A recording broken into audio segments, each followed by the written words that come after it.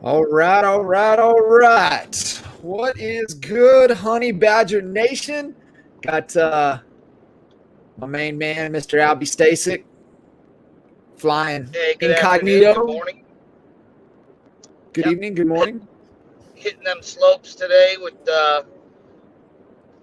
my junior honey badgers in training over here. Honey Badgers in training. I like it. I like it. Oh, by the way, speaking of junior honey badgers in training, do you see Aiden's skis that we got him? No, I have not. They're honey badger skis. You got to send me a picture of those. Oh yeah, did you find them, Matthew? I didn't. Oh, you found them, Aiden? No, Yeah, found them. you found them. Yeah, and I showed them to you. Yeah, we were in the ski shop getting them fitted for skis, and Matthew goes over. He's like, "Look at these honey badger skis." And they didn't have a honey badger snowboarder. I would have snagged it, but we got Aiden the skis, so he's sporting the badger on the way down. I love it. That's awesome. That's awesome. Yes, sir. Getting some good quality time on the slopes. I love it. I would be sitting at the bottom at the bar waiting on you guys by the fire. That's where I would be. That's not a terrible place to be, you know. You know me and cold. I don't do cold very well. So all good, man. So what's happening, man? Happy I guess we've gone live this year, so with the group here. So it's good to jump back in. I know we were hoping to have old cuz Kinder with us, but he is knee to knee and doing a little masterminding. Yeah, him and the boys. I couldn't make it down there for this one, but there's a mastermind that Gene Frederick put on for pretty much a lot of the top attractors, both of them of which, as everyone knows, already live in Puerto Rico, but we had a couple people fly in for it. I wish I was down there for it because it's going to be fire. But, yeah, so the boys are down there, and, yeah, what I've been working on, this week is, a few people have asked us, and so Jay and I have blocked time out pretty much indefinitely until we get this across the finish line for a couple things. One, we're going to be doing our own webinar that I kind of, if you haven't seen, what some of Mike and Woods and some of the people that they're working with, they're basically driving people to, the one funnel, right? And it's that one funnel is a webinar that coaches and helps people grow their real estate business. And the premise behind it comes from Frank Kern theory of, it's called the collaborative close. And so if you want to learn more about it, you can just YouTube Frank Kern collaborative close. But we basically took that theory, and again, the short version of that theory is prove to somebody that you can help them by actually helping them. Demonstrate you can help them by actually helping them, not giving them the premise of I can help you, but actually giving, they used to call it, John, moving the free line. Yep. You remember hearing that terminology? Eben Pagan. What's that? I said that was OG Eben Pagan that pushed that hard in the beginning. He's one of the godfathers of internet marketing. Yeah, and of course we know that Mike and Jay studied internet marketing when they were launching Candarise, and frankly, that is the one principle moving the free line of why I even met you guys, because Jay was doing videos on how to make $250,000 listing for sale by owners. That was the video. Yeah. And that was the video that I learned. All of a sudden, I just implemented what he gave me for free. There was no signing up for anything. I watched the video for free, and I started listing more for sale by owners. So then what did I do? I watched the next thing. He built trust. He built authority by moving that free line. So the collaborative close is no one's going to listen to you about EXP, especially if you come around right from EXP, if they don't know you if they don't trust you, and if they don't think that you're an authority in what you're doing, or if they don't think that you can honestly help them. So the collaborative close webinar is basically, it's a double your business live webinar, which is what we were doing live all over the country. I condensed that into a webinar, and at the end of the webinar, if I've done my job, and my job is giving enough value to build authority to where someone now trusts me, only then can I then say, here's my offer. If you think that I can help you grow your business, here's how we can partner, and then I kind of go into that. So I laid a track down on that. I was super excited to just get it done. It was just like iteration 1. And so yeah, that's kind of about it. Jay and I are going to be working on a new 2021 EXP Explained, why partner with us. That's kind of what we got going right now. I love it. And it's fantastic. I think that'll be exciting for everybody to kind of get their hands on and be able to help them, grow their organization. I haven't even had a chance to even mention this to Jay or you or anybody, but, we're kind of looking at kind of stepping up the NAEA membership. It's going to be, more hands-on. So it's going to be even, better for all of our honey badgers. And we're also going to be doing more live trainings every week, really around the skill set to be a better agent, to close more deals. Really, focusing in on, those stage 1, 2, and 3 of the 8 stages from, the real estate perspective. So I know we do a lot of high level, we do a lot of agent attraction, but there's, just a little bit of that skills and scripting and presentation, things that we do hands-on within AEA. And so be looking for that to be rolling in, here towards the end of the month into February for all of our honey badgers as well. So I'm excited for that to get rolling as well. That's awesome, man. We appreciate all the work you guys are doing there. Just trying, brother. Just trying. Keep just never ending, right? It's always looking to just keep adding value, and it's just where we come from, right? Place of collaboration and support, and just from an abundance mindset and add value always.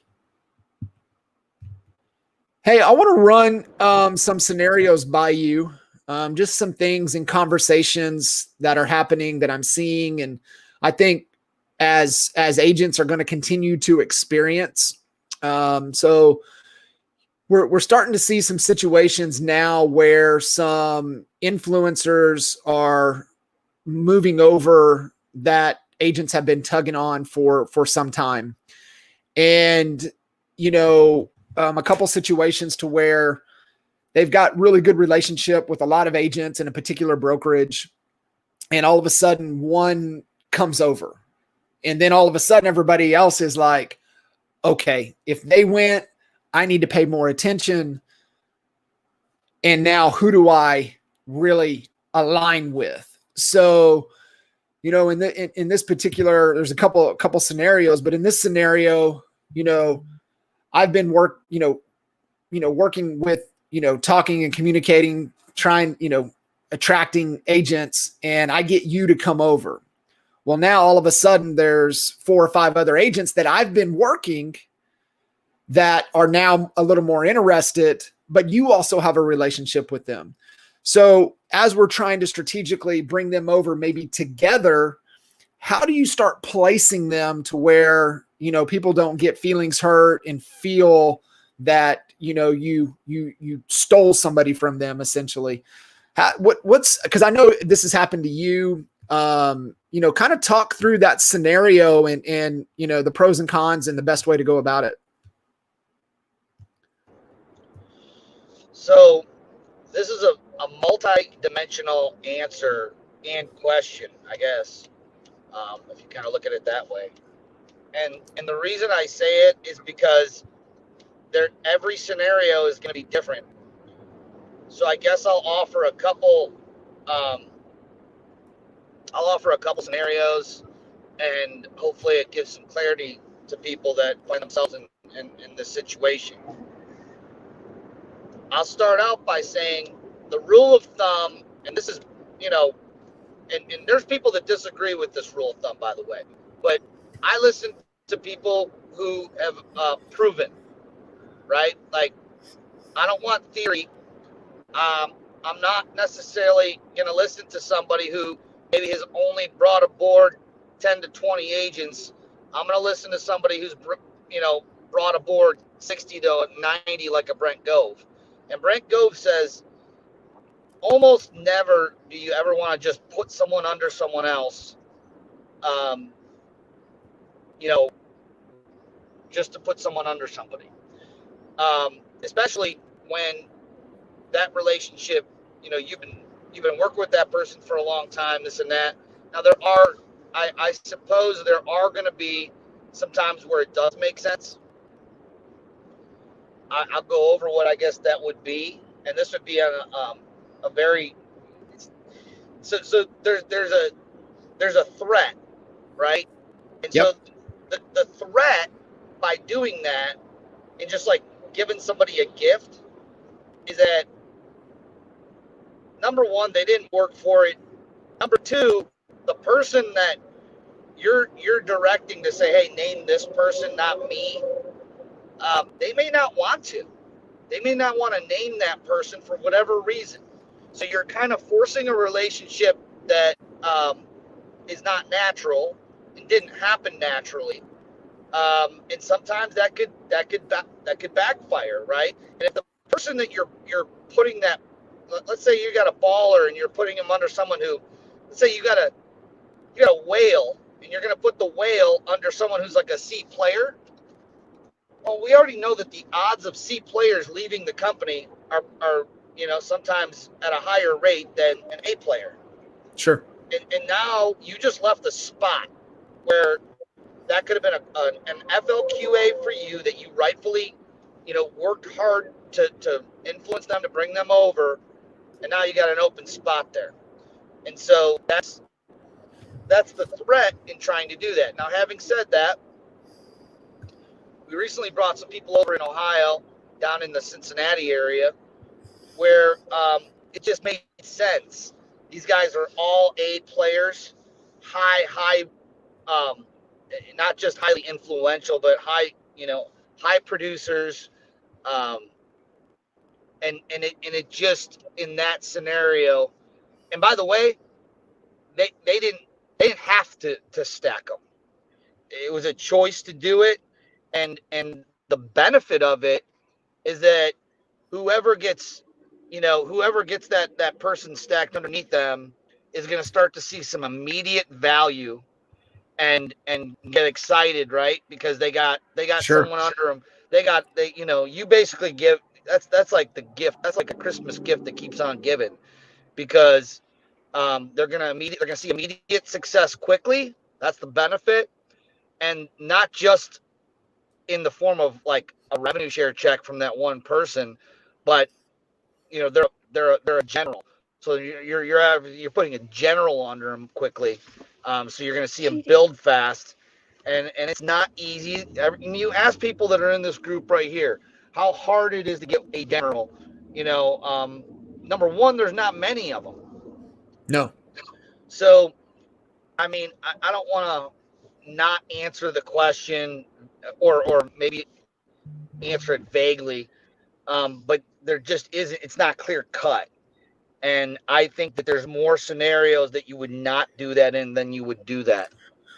What's your take now? Like, you know, say I bring you, but now you're immediately going after everybody at that brokerage that we spent time at, and I know I have relationships, but now you're hitting them up hard just because you made the move, and you're like, hey, come over, come under me, because John will benefit, I benefit, we all benefit if you come over that way. And yet I'm still trying to work them as well.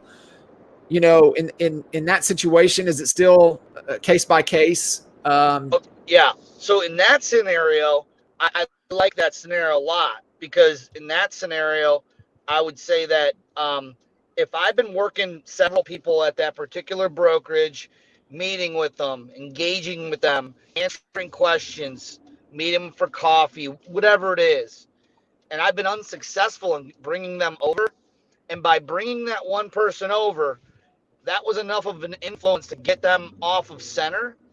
I would obviously in those scenarios be like, hey, let's say, John, you're that guy that I brought over, and all of a sudden that turned heads at this particular brokerage. Well, you were the catalyst for turning those heads, and I would at that point in that scenario, I would be helping John bring some of those people on. Now I say some of those people. Again, it has to make sense.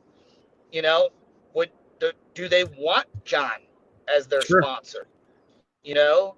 So I mean that's the other thing, right? Like, so when Mike J and I partnered 3.5 years ago, we were strategic on how we sponsored agents between the three of us, more so among me and Mike, but even Jay too, because if our theory was, because we're splitting everything in thirds, I have a bucket, Jay has a bucket, Mike has a bucket of income, stream of income, and it all gets split three ways, right? So if we were bringing on a Chuck Fazio, they're going, which we did, they're going under Mike, because in our mind the theory was there's 3 bites of the apple, right? That scenario does not exist for most people. So but even I bring that up to say this: even in scenarios where Jay's been working with somebody and is like, or I've been working with somebody and I'm like, hey, name this person. Next thing you know, they come up under someone else because they innately just, they're going to feel more of a connection, attachment to the person who's been Sure. spending time with them. And so sometimes that doesn't always work.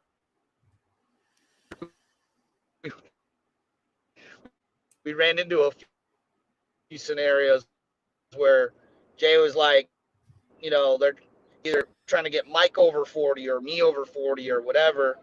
I asked you to name Al, and they're like, oh yeah, I totally forgot. They just forget about it. So there's a lot of factors that go into play, I think, in a scenario like that. Yeah.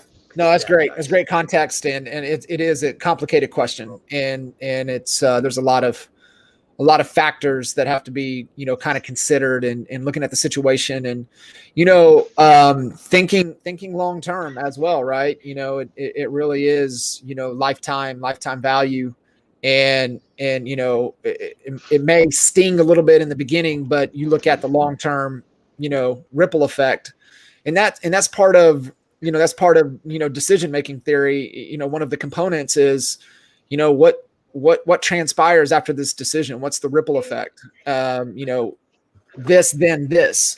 And a lot of people can't kind of pause and think in that scenario and think down the road. What does this do to the relationship 3 years, 5 years, 10, 15 years from now? And so thinking long term instead of just focused on the immediate. Yeah. And I think that what's happened with us was that if you really think about what's best for everyone, right? What's best for everyone, all parties in that particular scenario, I think the answer starts to become pretty clear for you. Right. And I'm always happy to hop on and help people get clear with a scenario like this, because it can be complicated, and we've dealt with a few scenarios like this. I had the funniest thing happened where I was I got a phone call. Someone saw us on YouTube or whatever from an agent, and that agent was excited and brought their friend over, who's another agent, and they were out of the same office, right? And so they're on the call with me together, and I figured, okay, they were both like, yeah, we're coming, right? And then it came time, and all of a sudden one said, you know what, I can't come over right away. I have some things I got to take care of, this and that. And so the other agent, the first agent, did name me as the sponsor. And I was like, okay, cool. And then when the other guy, or when the other person's ready to come over, then they're going to name this other guy. No, they didn't. And I even paused it and stopped and said, whoa, you guys were on the same call with me. Why don't you name this person? That makes sense. That way you guys are financially aligned. And he's like, but I don't want to do that. I want to name you. And I'm like, well, I understand that, but I'm still going to be there for you. I'm still your partner for life and real estate, blah, blah, blah. And I went as far to say, why don't you call that person up and tell them what you're thinking here? Because seriously, like that, I even still today believe that would have been best. But what do I know? Right? Like, I'm thinking that's best for them. Right. Okay. But it obviously, they didn't feel it was. And so who am I to get in the way of that either? So be careful of trying to guess what you feel is best. Sometimes even if you really believe you're right of what's best for someone and you try, to guide them in the right direction, that's not their path. Right. So, 100%. And yeah, I mean, we're guilty of that. And, I had, conversations with Gove and James. They made a couple of those mistakes as well. One that I'm, still, nothing you can do about it, but that just still, because I really want to do things with this person and it's just not financially aligned to make sense. So, those are just lessons, you learn, just didn't know what we didn't know. Yeah. For shizzle. Yes, sir. What's good, everybody? If you guys have any questions, throw them into the comments here. I'm guessing we can see. I might not be able to. Sometimes StreamYard makes us fly a little blind. But if you guys do have questions, throw them in. If for some reason we miss it, we'll circle back around and answer. But I think it's really exciting. Tons of momentum with what's going on, the company, everything.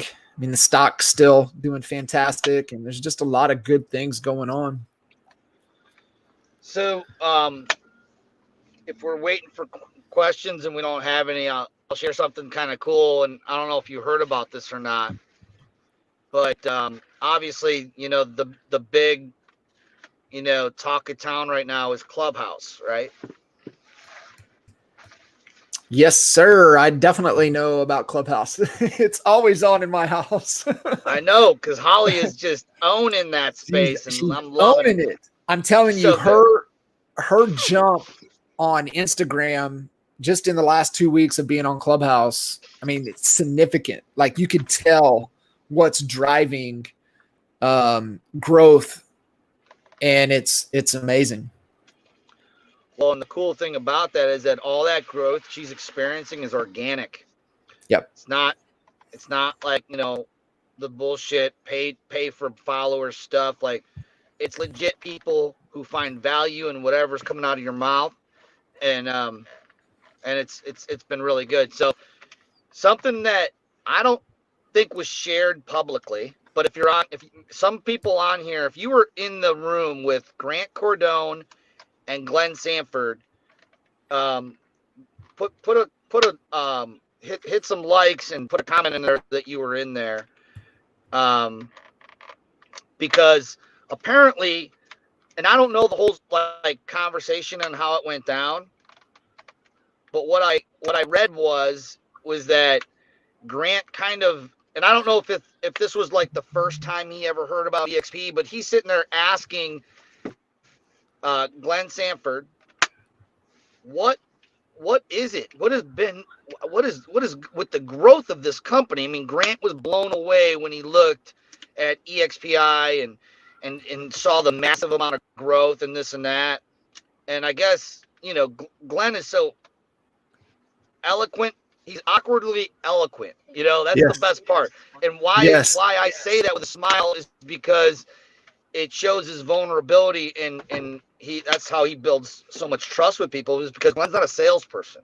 So you have like arguably one of the most popular salespeople, Grant Cardone, talking to one of the biggest innovators of this era, Glenn Sanford, 2 billionaires, by the way. And when his answer to Grant Cardone was, well, it's the model, Grant. The reason for the growth is the model. and he did it in, I guess, such a way that was so just nonchalant and whatever. And Grant ended with, I am all in. And I don't know what capacity or whatever, but basically said, it is on like Donkey Kong. Let's go. From Grant. So that was just cool. I wish I was in that room to see that. But if you're not in StreamYard, well, first of all, if you're not in StreamYard because you don't have an iPhone, that's on Clubhouse. you. But Clubhouse. I'm sorry, Clubhouse. I don't know what I'm talking about. But if you're not on Clubhouse by choice, or you need an invite, then get yourself an invite. I just invited my 2 boys. They downloaded and got on there today, and I explained to them, like, this is about you and the value you can bring and what you're trying to learn and how you're trying to expand your brain. And what I'm seeing, what I think that this is so disruptive is because it's ripping people off of Instagram and Facebook. I am spending a significantly less amount of time on those other platforms because 100%. if I'm cooking, doing laundry, if I'm putting around, if I'm even driving, down here, I listen to the guy from Lab Coat Agents. Yep. Was doing like how to take 25 expired listings, in 2021 or whatever. And I was just, listening to people who are killing it, and learning and learning and learning. And so if you're about learning like you're going to live forever, which, is our thing, get on there and enjoy Clubhouse and contribute. I was in a room with Dustin Black today, actually. DB, man, he's doing a great job on there. Yeah, I was in his, I think it's called Blue Collar Millionaires. And great room. And I had an agent in there ask me a question on, he's just trying to grow his business. And he hopped in my calendar because he's up with lead generation. And so you got to come from a place of contribution. I think if you come from a place of like, I'm going to try to sell you something or recruit you, they're going to sniff that out quickly. But that's what I would say, man. Doesn't look like we're having any more comments. Yeah, no comments. We got a lot of people just hanging out with us, but I think the thing, with Clubhouse, jump in and ask questions, right? I think there's, I haven't spent as much time as Holly, so she kind of keeps me up to date. But some of the things that I've jumped in on, some people that probably shouldn't be talking. There should be some, people that should be asking more questions and then just being quiet and listening. I do love getting in the rooms where the moderators are on point, right? That's really, really key to have some really good moderators. DB does a really good job for the rooms that I've been in with him. Yeah, he really does. So yeah, follow our boy Dustin Black.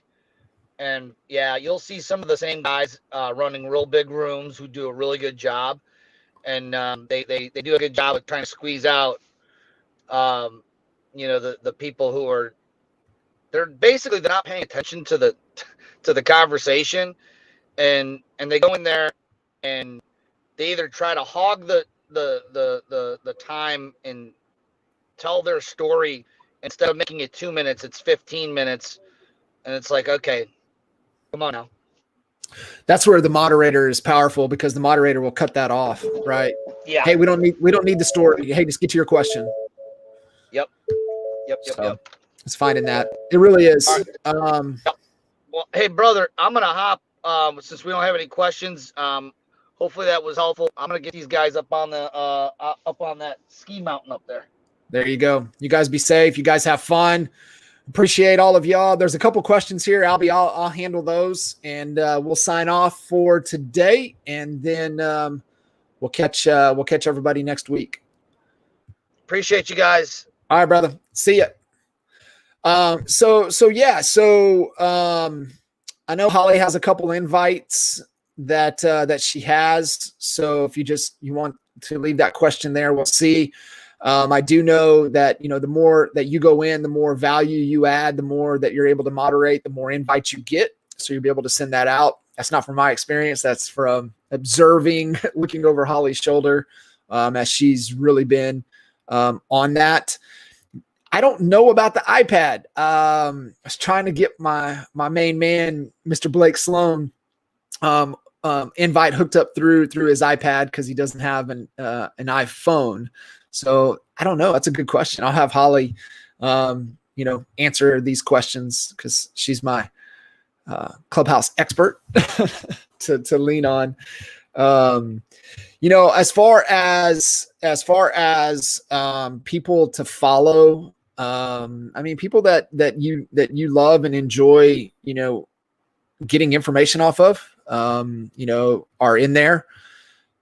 Cardone is in every damn room. He's everywhere. If you're a Cardone fan, definitely follow Glenn. Glenn's amazing when he gets in there. I learned things about Glenn, just his martial arts background, which says a lot to me about his personality. With our youngest being in the martial arts and just the demeanor. And so it was really fascinating, just little things that you can pick up on people.